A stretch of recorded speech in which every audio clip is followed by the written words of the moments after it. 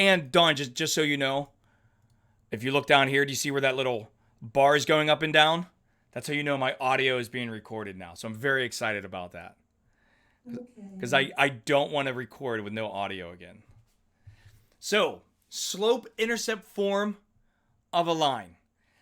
I think a lot of us, we've already seen this before, okay? So what I want to do is first, I want to define what slope-intercept form is.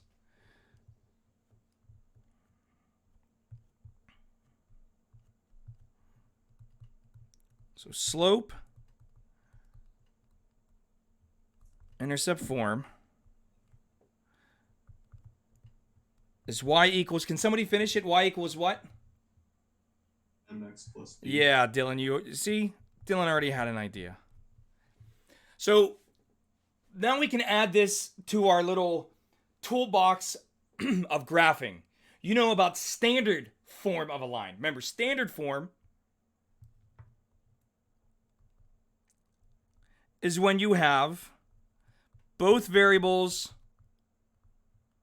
on the same side, okay? Slope-intercept form is when your equation is explicitly solved for x. Or better yet, I want to say it like this, explicitly solved for y in terms of x. Meaning you have y on one side and x on the other side. Now, when we have something in slope-intercept form, there's a lot of information that's jumping out at me. First,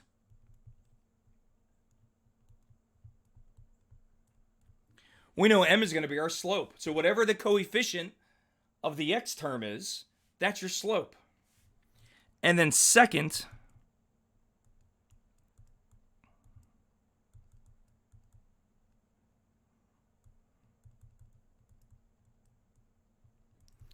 is 0 comma b, whatever b is. If it's positive 2 or negative 2, whatever it is, 0 comma b, excuse me, is going to be our y-intercept. Okay? So let's start off real simple.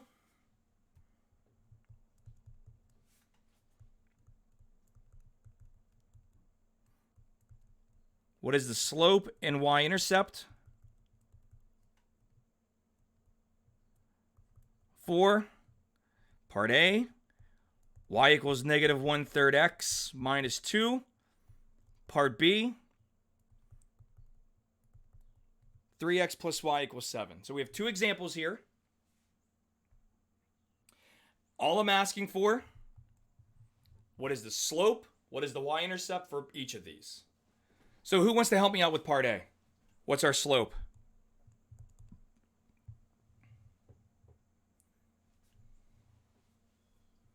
One-third. Oh, be careful. Negative one-third. There you go, negative 1/3. What is my y-intercept?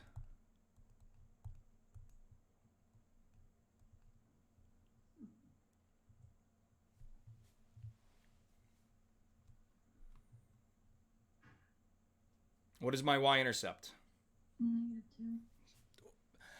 Who said that? Hallie, I'm going to be honest with you, you're not wrong, but I'd like to be very specific. Hallie, did you ever get into an argument with somebody and it's like, at the end of the argument, basically what it boils down to is just that other person was just not being specific with what they wanted. And you're like, why didn't you just tell me that's what you wanted? Well, I'm going to tell you what I want. Whenever I ask for the y-intercept, I want a point. I want an ordered pair. So 0 comma negative 2. Now, I'm going to be honest with you. I'm pretty sure in the past, you've seen a problem like this and somebody said, oh, the y-intercept is negative 2. I'm not going to push back on that too much. However, to me, that's like giving me directions of target and just saying it's over there. Like negative 2 where? In the x direction or in the y direction? But if you say 0 comma negative 2, that is much more specific. And I am being very nitpicky. So for my sanity, just say 0 negative 2. Good? All right, thank you. What about part B? Notice in part A, I didn't have to do anything. It was written in slope-intercept form. All I had to do was read. But part B, we're not in standard form, or we're not in slope-intercept form. We're in standard form. So in part B, what's the first thing I need to do?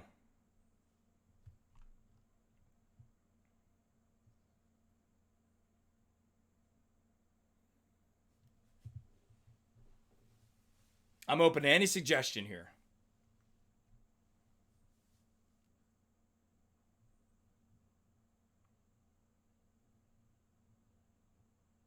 Subtract the 3x to get it on the other side. And why would you do that? I agree 100% with you. Because the y needs to be on one side and x on the other. Perfect. Remember, everyone, in order for you to be in slope-intercept form, you got to solve for y. So we need y equals everything else. So now that we're in slope-intercept form, m, which is our slope, is -3 over 1. If you just want to put -3, that's fine. But personally, I like -3 over 1 because I know it's a change in y divided by a change in x. And then my y-intercept is 0,7. All right. How are we looking so far, everybody? Pretty good? Yeah. We feeling the flow today? No, you're not feeling the flow. You're just, you have to be here because it's class, so you're here.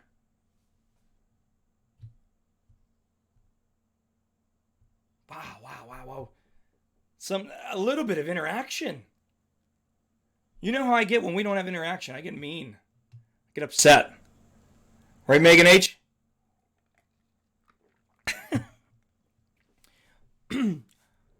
So, the next thing I want to go over is this.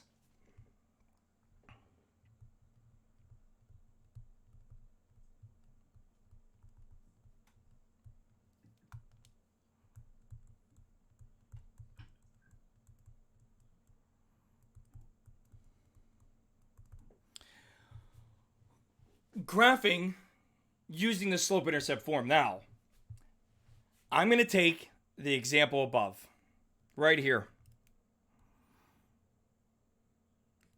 Love technology when I can just copy and paste.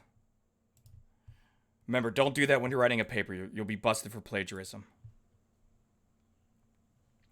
Now, if we have an equation that's in slope-intercept form, right now, if you remember, you got two ways to graph this that you know of. You got two. The first way is to create a table. Remember doing that? Remember creating a table? Put x on the right side. Put y equals -3x plus 7. And then you have to pick 3 points. And then you're going to do all this math. Am I right? Remember doing this, Amy? That's the first way. Second way, Brendan. Well, if we're in, let me say, how do we say this? If we're in standard form, so I could put this equation back in standard form. 3x plus y equals 7. Then I can use intercepts to do this. However, if I use intercepts to do this, I can tell you right now that your x-intercept is 7/3, 0. And 7/3 is a fraction. It's an ugly number and it's hard to graph. Okay? There got to be a better way. Am I right, everyone? I mean, the first way requires us to do a lot of math. The second way, we may run into the situation where we just have not pretty looking numbers. Well, my favorite class. Yes, I love teaching 90. It's so much fun. It is really. I really enjoy it.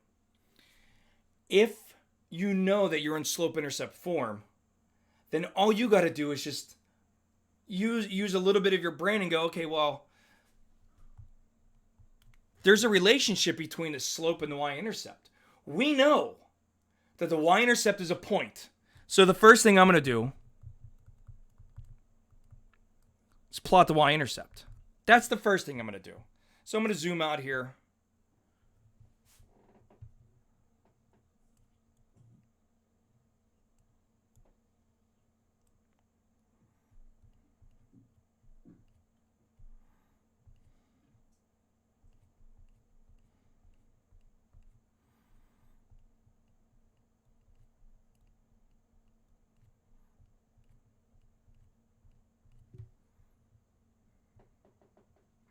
Yeah, that should work right about there. So there's my y-intercept right there. 0,7. So the first thing I do is plot my y-intercept. Now the second thing I'm going to do is this. We need another point. We know 2 points form a line, correct? And if you think about what we did in the previous lecture, when we were talking about slopes, let me just, maybe I could just show you a picture. Hold on. It's right here. Do you see we have this line? This is our t-shirt line. But most importantly is I put a dot here. I put a dot here. And the slope, when we interpret it, meant for each additional shirt we make. So if I move over in the X direction for each additional shirt, my costs are going to increase 5 units or $5. Notice I'm creating like steps here. Does that make sense, everyone? So if I take that knowledge, I can apply that to this. I can say, well, I can use my slope to determine the next point. Now, since my slope is negative,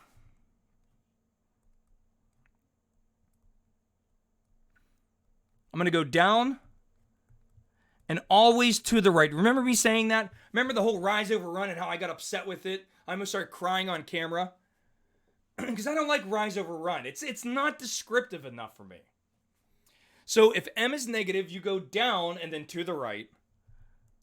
If M is positive, you will go up and then to the right. You always go to the right. So our slope here is -3/1, which means, remember, numerator is change in y, denominator is change in x. So what am I going to do? Well, I'm gonna plot the y-intercept. I'm gonna put my pen right on the y-intercept, and then I'm gonna go down 3 units. Let me try to use a highlighter here so you can see that. I'm gonna go down 3 units. So right there, and then I'm gonna go to the right 1 unit, which is right there. And now I'm gonna plot my second point. That is the point 1, 4. And all I'm going to do is just connect the dots. And that's it. That's all you have to do here. It's that easy. Something in Y-intercept form is like a cheat code. It really is. Because you could see the slope. You could see your Y-intercept. All you got to do is plot it and then use your slope to find the next point and connect the dots. Are we all on the same page with that? All right, so what we're going to do here is we're going to do a couple examples, like 3 examples. They are all very straightforward, all right? And it's because we understand what slope-intercept form actually provides us. It gives us a very fast, effective way to not only graph, but to pick out the important pieces of information, slope and the y-intercept. So let's go ahead, let's do some examples. So I want us to graph y equals -2/3 x plus 1. So I'm going to help us out with this first one. I'm just going to speed up now because I already went over the good stuff. So, step 1, we're going to plot the y-intercept. And in order for us to do that, we got to know what it is. And in this case, it's going to be 0,1.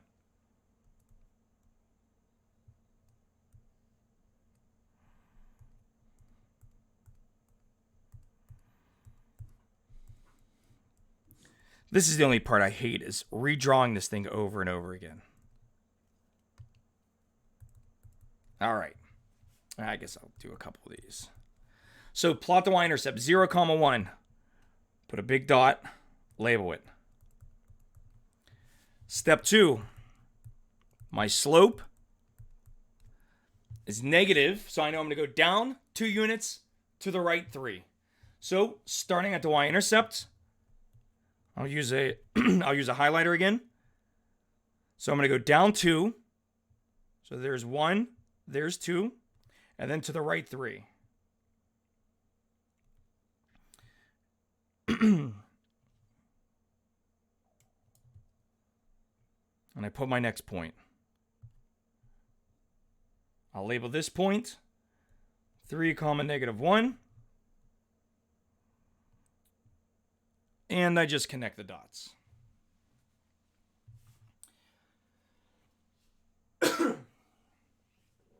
Now, hopefully all this really just makes sense. For example, we know that we know the slope is negative 2 over 3, which means 2 is my change in y. 3 is my change in x. So if you think about this, your first point is the y-intercept, and it's 0, 1. If you're changing that, you need to change it by negative 2. So what's 1 minus 2? What is 1 minus 2? Anyone?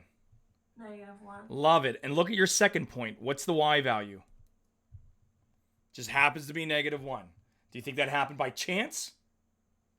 No. Look at your change in x. For your first point, the x was 0. What's 0 plus 3? Because remember, you always go to the right. So what's 0 plus 3? Take a wild guess. 3, I know. 3. I'm asking the hard questions today. All right? So all this, I mean, it all just falls together. This is honestly though, this is the framework that we need to do those word problems. This is the framework. Okay? So I'm going to give you one to do now on your own. I have faith in you. Graph y equals 3 over 2x minus 3. So what I want you to do is graph it, label your 2 points, and then I will do the problem and we'll compare answers.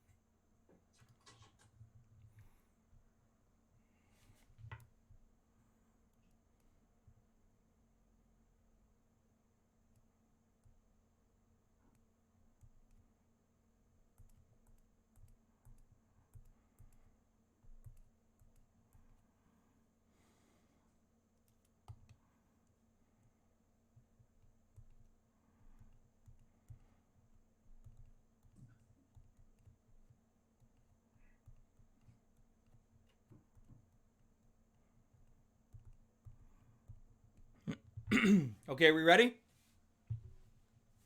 All right, so here we go. First thing we know, let's find a y-intercept. So hopefully, you got 0, negative 3. Let's go ahead, let's plot that. Here's my point. Label it. Second, slope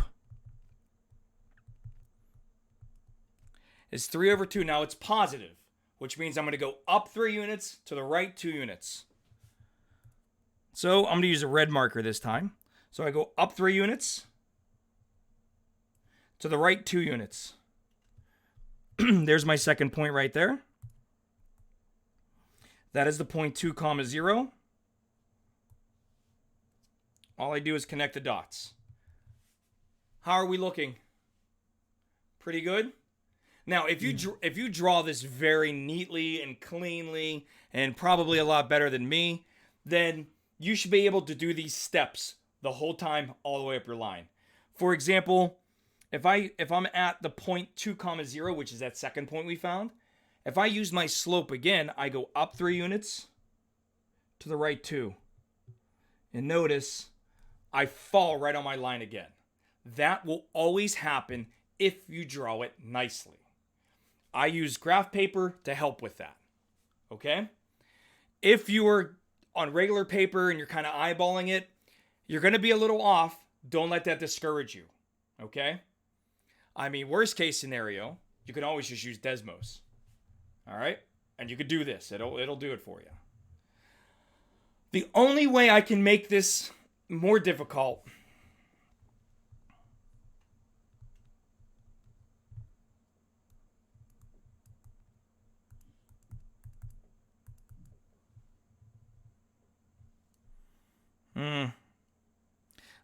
give me a second here, because I want this to kind of be nice.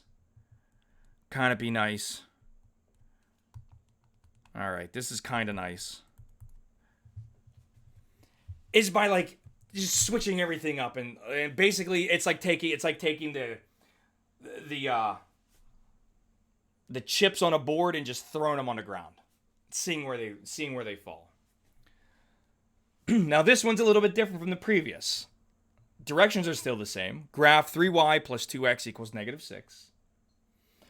But notice here, I mean, the x and the y are swapped, and it's not even solved for y. So what do you think the first thing I need to do is? Solve for y. Yeah, let's solve for y first.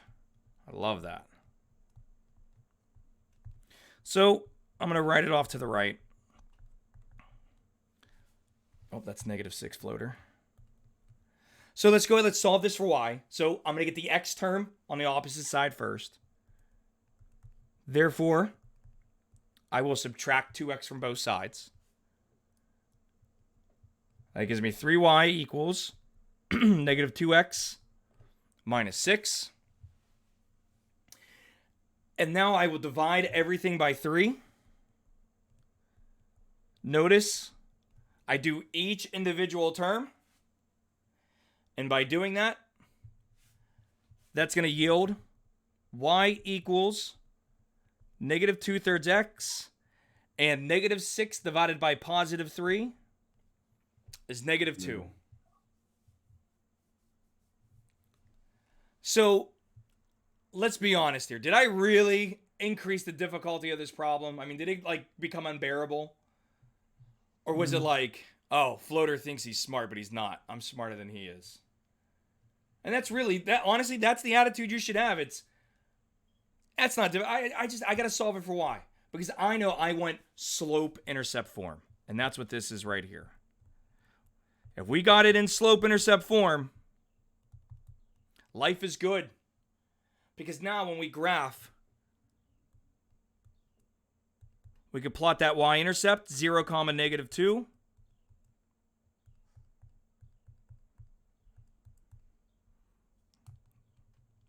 Hold on a second. I'm getting sloppy.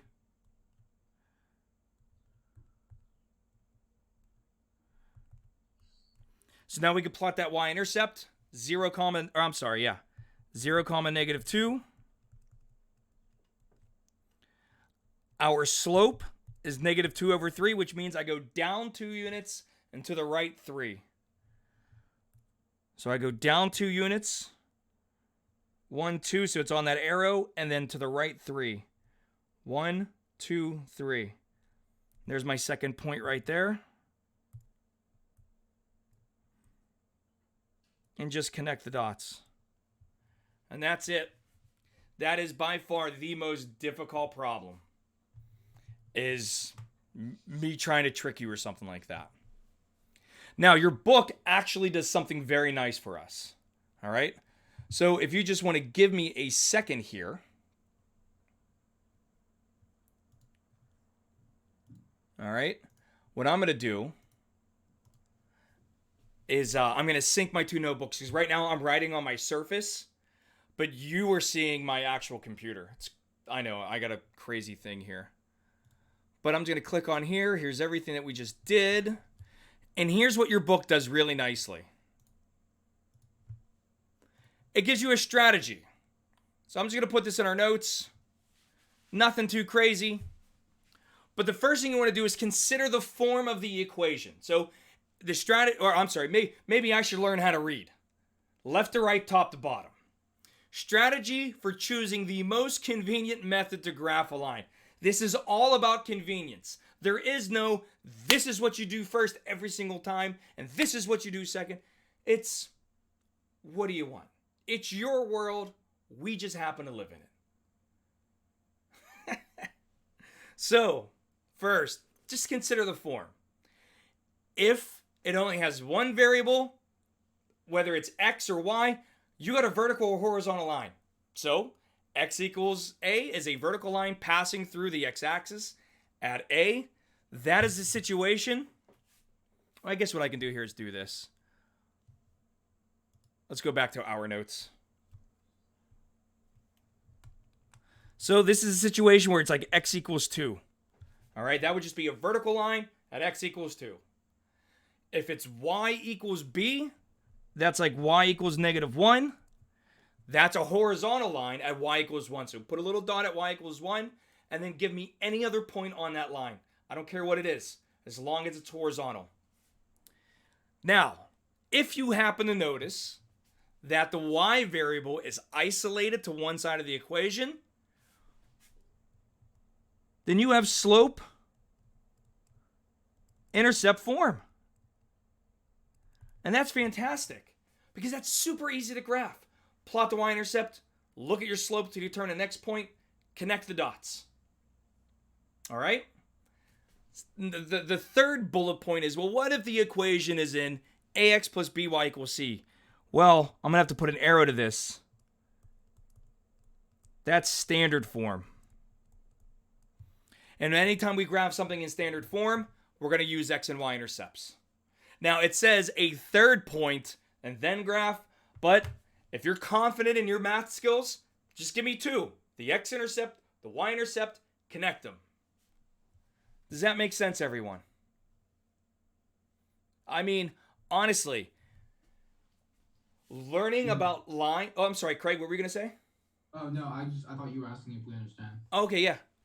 No, I think you do, because I saw you shake your head. So, learning about lines and like the math theory behind it is honestly, I think it's pretty straightforward. However, the mathematical implications of just the line is bananas. I mean, it really is. People get a PhD in a branch of mathematics called linear algebra. And it's exactly what it sounds like. Algebra with lines. Well, you are currently studying that, and people get PhDs in this. It's a little bit more complex than just that, all right? It's a little more complex than what we're talking about. However, we have these systems and these models in the real world that are always changing. Well, now you need calculus because it's always changing, but we still use lines to help us understand all that stuff. So, please, if you were to write anything down on a note card, it's this, which is your strategy. And it's only there to help you graph something quickly. So now what I want to do is I want to do a word problem here. And it's about that time where I start getting hungry.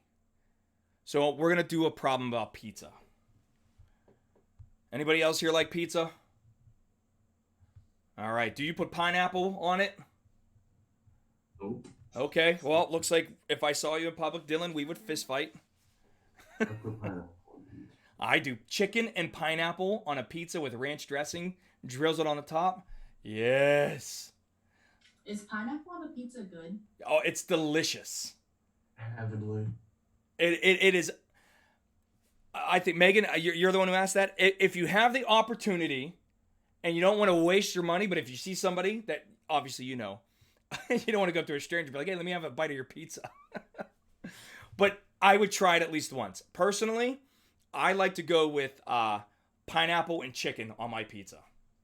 It is absolutely delicious. But It's just wrong. oh my gosh, you guys don't even know. So since Megan asked the question, Megan, you'll be the focal point of our problem. So Megan has a home business.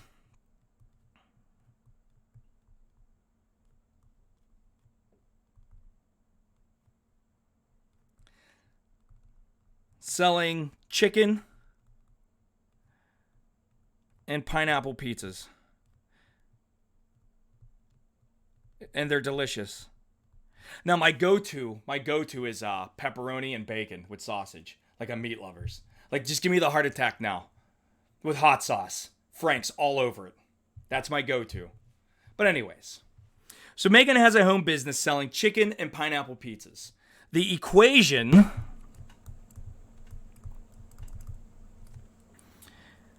C equals 4P plus 25 models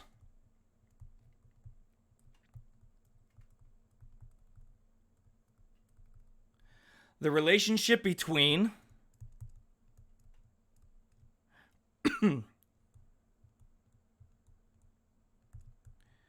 Megan's cost, let's say weekly cost,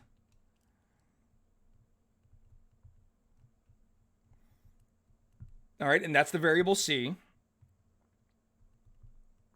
in dollars, and the number of pizzas, P,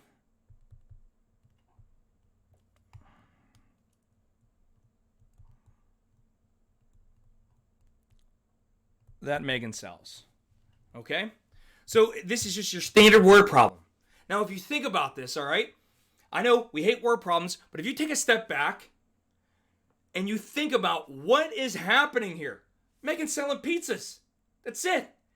And then if we dive a little bit further, well, in order for Megan to sell the pizza, there has to be some sort of cost to make the pizza. All right? Now, we know there's going to be a sale price, but that's not what this problem is talking about. All this problem is talking about is how much does it cost weekly and the number of pizzas made or the number of pizzas sold, okay? Because there's a cost incurred with that. Megan will price the pizza appropriately so that there is a profit at the end of the week. But that's another type of problem. So here's part A.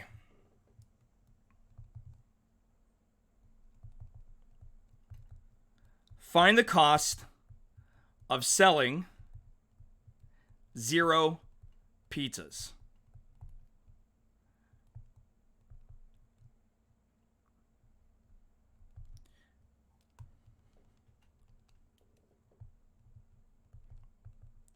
What is this mathematically?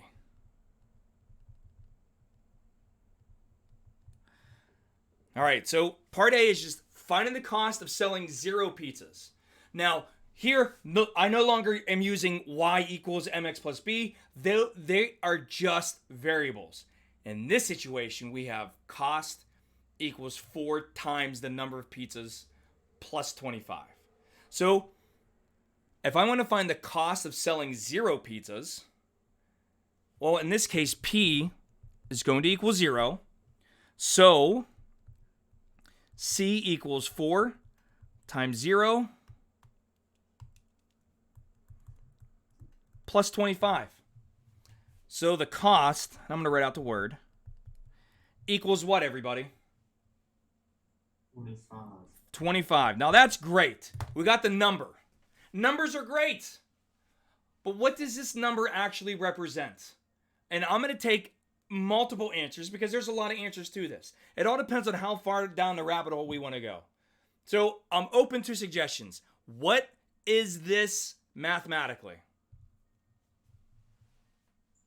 Y-intercept. Love it. Thank you, Dylan. First, this is our y-intercept, 0, 25. That's our y-intercept. Excellent. What else? How about just the number 25? We know that number 25 is the cost, correct? What are some other costs that Megan may run into?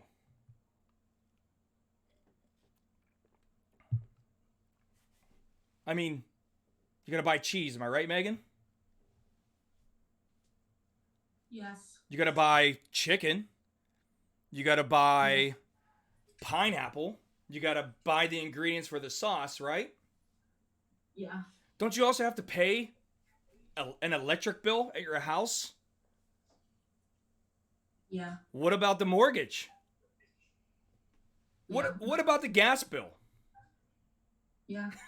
There's a lot of things that go into cost, people. And there's basically two types of cost. There's more, but for simplicity, there's two. There are variable costs, meaning the cost changes.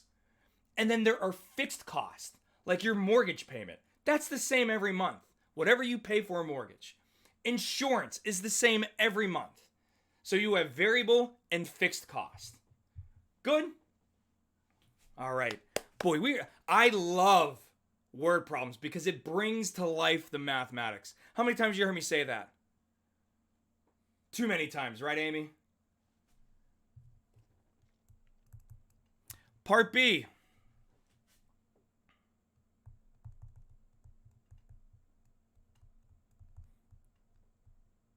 You're going to do this one.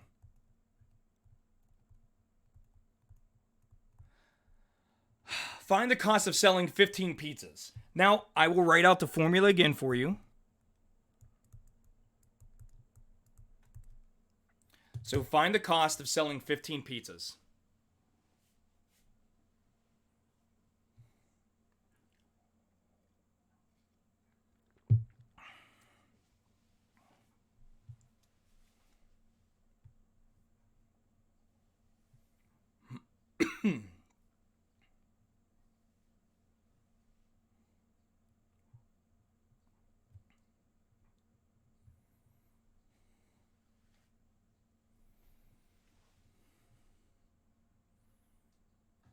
Whenever you get an answer, you could just unmute yourself or type it in chat.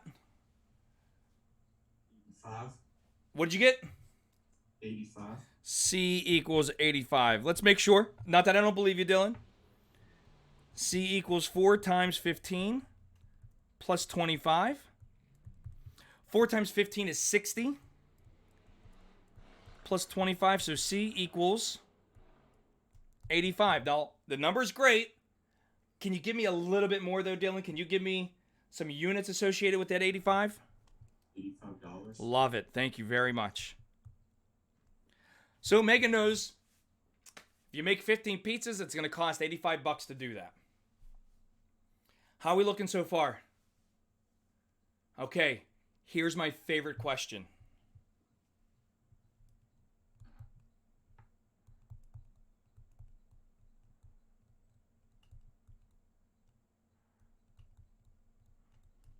Interpret the slope.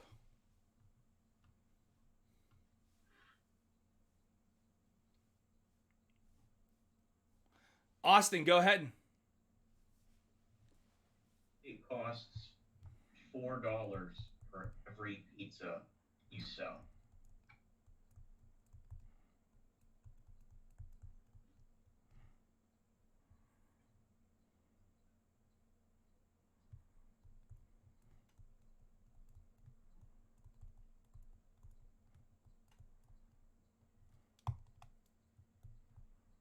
I love it. Now, I think we can get a little bit more descriptive. So now that we have an idea on how slopes work and everything, how about we say it will cost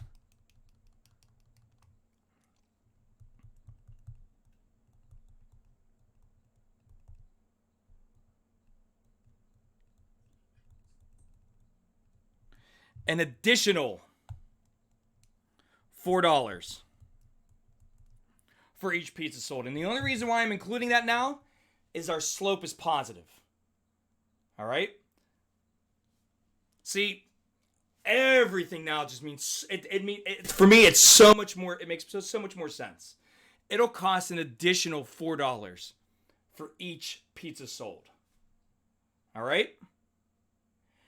And then lastly, if we wanted to, and we're going to, but I'm gonna cheat. We're just gonna graph. And what I mean by cheating, I'm gonna use Desmos because it will create a very nice, pretty graph that I will not be able to replicate by hand. So we go to Desmos real quick. Now there is one thing we do have to worry about. Desmos does not recognize C or P in terms of variables. You still have to use Y and X. So I'm just going to type in Y equals 4X plus 25. Sorry, it didn't give me the Y. There we go. And what I'm going to do is just kind of zoom out here until it looks nice and pretty.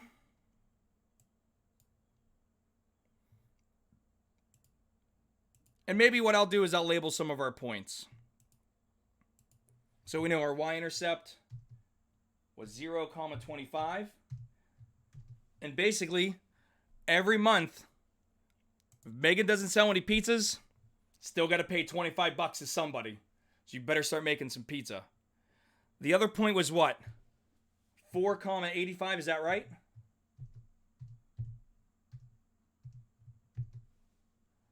And I'm going to label this. Label with blue as well. And just give me one sec. I'm going to really, really pretty this up here. My x-axis, I wanted to go from 0. We'll say -5. All the way up to, not -59, bro. -5. All the way up to, let's say, 10. And then the y-axis will go from -5, just so you can see a little bit of it, all the way up to 100.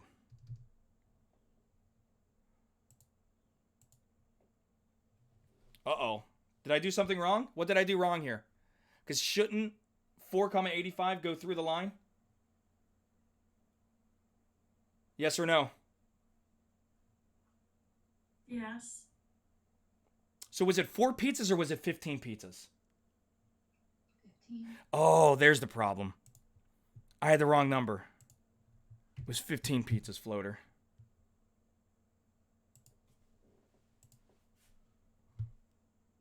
So now, sorry, I'm going to make this 20. There we go. Now everything's going to look real nice and pretty. Isn't that pretty? Man, it's like, I look at this graph, it's like looking at myself in the mirror. It's just gorgeous. Gorgeous. So let me go ahead and snip this. Put it in our notes.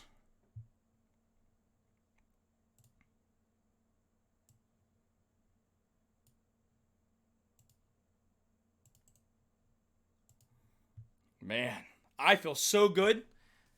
Woo! Guess I can write on here.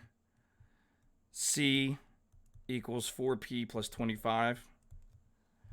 And that's it. So, we're going to call it a day.